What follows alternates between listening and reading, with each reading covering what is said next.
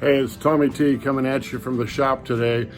And today we're going to review a product that I think every RVer needs. So stick around for a little RV fun with Tommy T.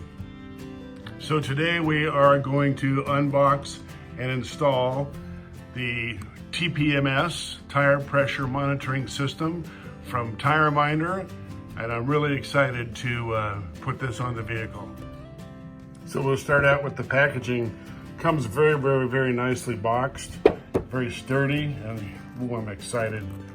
This is the monitoring device itself, which is about 3¼ inches or so, I believe. So in the box we've got several other boxes, which I'm assuming are the TPMS, the monitors themselves, and also so as you can see, the most important thing in this box is probably the instructions. That's something that I usually skip over and look at the pictures and try and put it together, but I'm actually going to read this time. We've also got an array of batteries. I understand if you fill out the registration card in its entirety, that they will ship you batteries for free for the next 2 years. We've got a cigarette lighter adapter, a USB cord, the booster, which mounts underneath the rear frame of the motorhome so you can pick up your tires on your tow vehicle. And this is the security equipment that it comes with, a little wrench. And these are the size of the TPMS monitors. They're fantastic. Anyway, I'm going to take it apart. We're going to put batteries in all of them, and we'll get to the installation. I also wanted to mention that this is the 10 tire system that I bought. Covers my coach and my towed vehicle. Also got a nice windshield mount system. The cabling for the booster is included with alligator clips and even a couple zip ties to tie it up to the frame. It's a very complete, well-packaged kit. So far, so good. So I'm going to take a little break and I'm going to read Mr. Instruction Booklet, and I'm sure it's going to tell me that I need to place all the batteries in the sensors and probably charge up the receiver unit. We'll see what it says. So what I've done here is I've unpacked 10 of the batteries, and I'm going to start working on taking the actual sending unit apart, which is very simple. You just take the little cap off, and I'm going to insert the batteries with the writing goes up, as always. And I got a rule on these things: I never force anything. If it doesn't seem like it's going to fit, it probably shouldn't fit. But these go together pretty slick. There's also a little O-ring here, a black O-ring, and when you put it back together, you run it down to where you've got pressure on that O-ring, and then 1/4 of a turn as per the manufacturer. This one is ready to go. Now all I've got to do is the other, how many do I got? 9, 10. We're having fun with Tommy T.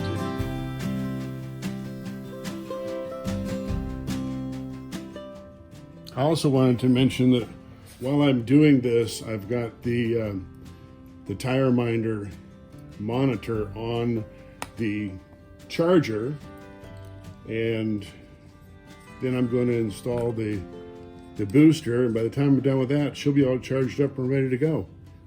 This is so slick and so easy. So the scariest part of this setup for me was the installation of the booster.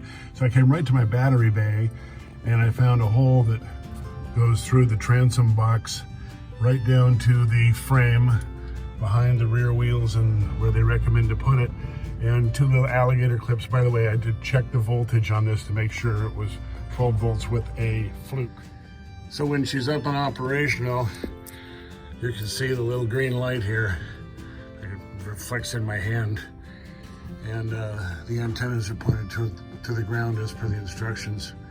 And we just went straight up the frame to the batteries. Good job, Tommy.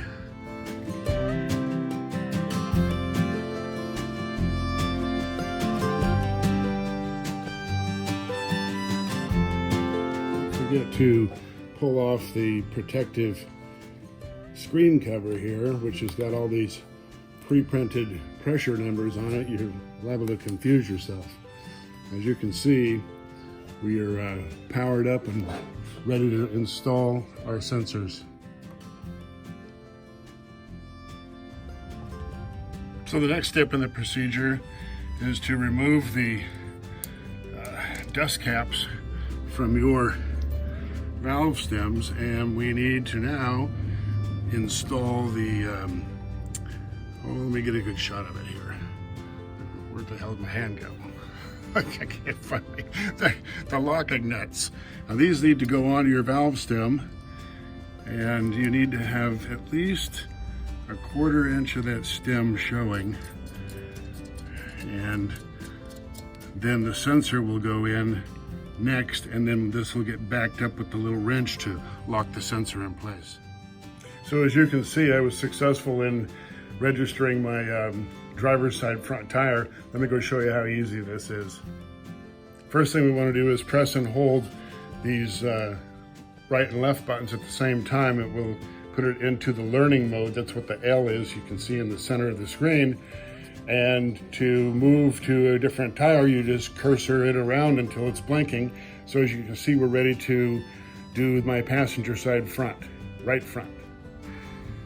Watch how slick this is. We just start the old sensor there, the battery's been engaged. You hear a little puff of air. Did you hear that beep? That beep says that we're showing 95 pounds. Now, that's not good. This was supposed to be 101 pounds. I'm gonna have to recheck that one. So as you can see, I've got my dualies and my front tires programmed, and we're showing that my right front needs about 5 pounds of air.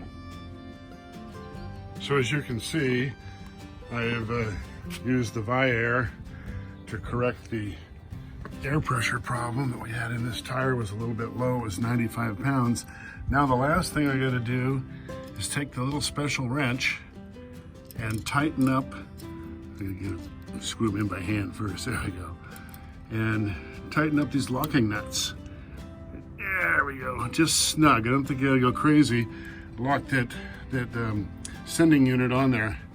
Anyway, quite the project today, hey? So here you can see all 4 tires on the Jeep, and it toggles every 6 seconds. It monitors, and as you can see, we fixed that 95-pound tire. It now reads 101 pounds. I think this is a great investment for the safety of everybody on the road, and I think I'm going to tell the story of why I bought this. Well guys, I promised to show you my old tire checker from the way back when I used to run around on some pretty big rigs. So what I would do, this has got a brass ball on the end of it. It works for self-defense as well. But I would tap the tires, bong them.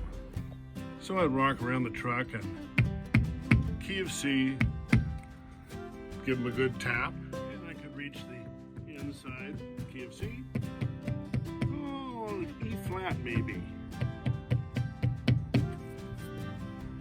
What had happened, I had driven from Reno to home here, which is about 420 miles, and checked my tires before I left. And when I got home, I walked around to bang the tires, and they went KFC, ting, ting, ting, ting, ting, thud on my inside dually. Thud. I have no idea how far I drove on that flat tire. So I just want to add something to that little story. I actually could stick my hand up through the hole in the tire. I won the lottery that day, because if that tire would have come apart, it could have torn apart the structure of the motorhome, the exterior, and that happens to be right near my black tank and gray tank, and oh my God, that stuff would have spilled all over the place. Tire minder. So no matter what type of TPMS you select, every RVer should have this type of system to monitor their tires on their coach, and this also monitors my towed vehicle as well. So be safe out there, get yourself something like this device, and remember, RV Fun with Tommy T, smash that like and subscribe button We'll see you next time.